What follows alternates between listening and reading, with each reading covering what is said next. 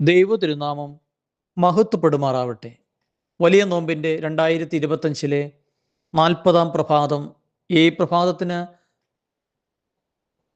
ഏറെ പ്രാധാന്യമുണ്ട്. ഒന്ന്, നമ്മളെല്ലാവരും വിശുദ്ധ കുർബാനയിൽ പങ്കെടുക്കുകയാണ്. ഇന്ന് 40-ാം വെള്ളി എന്ന് കൂടി ഈ ദിവസത്തെ നാം വിശേഷിപ്പിക്കുന്നു.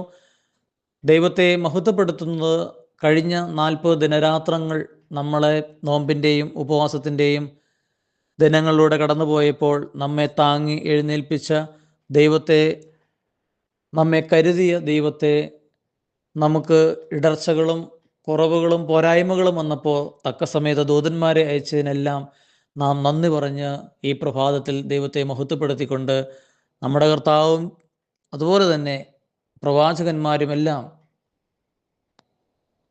നോമ്പെടുത്തു, ഉപവസിച്ചു, ദൈവത്തിൻ്റെ തേജസ് കൊണ്ട് നിറഞ്ഞതുപോലെ നമ്മളും തേജസ്കരിക്കപ്പെടുവാൻ തക്കവിധം വിശുദ്ധ കുർബാനയിലേക്ക് നിങ്ങളും ഞാനും ഒരുങ്ങുകയാണ്, അതിൽ പങ്കെടുക്കുകയാണ്. പ്രത്യേകിച്ച് ഈ വചനം ശ്രവിക്കുന്ന എല്ലാ മക്കളെയും വിശുദ്ധ കുർബാനയിൽ പ്രത്യേകം ഓർക്കുകയും പ്രാർത്ഥിക്കുകയും ചെയ്യും എന്ന് ഓർമ്മപ്പെടുത്തട്ടെ. ഇന്നത്തെ ധ്യാന ചിന്ത യോഹന്നാൻ്റെ സുവിശേഷം 10-ാം അധ്യായം 10-ാം തിരുവചനമാണ്. അവിടെ സാത്താൻ്റെ ലക്ഷ്യവും സാത്താൻ്റെ സ്വഭാവവും നമ്മെ പഠിപ്പിക്കുവാൻ പരിശുദ്ധാത്മാവ് ആഗ്രഹിക്കുകയാണ്.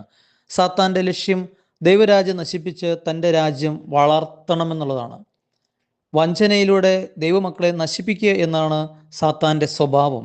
അതിനുവേണ്ടിയാണ് അവൻ മോഷ്ടിക്കുകയും കൊല്ലുകയും നശിപ്പിക്കുകയും ചെയ്യുന്നത്. അതുകൊണ്ട് ഏറെ ജാഗ്രതയോടെ ദൈവകൃപയിൽ വളരുവാൻ പരിശുദ്ധാത്മാവ്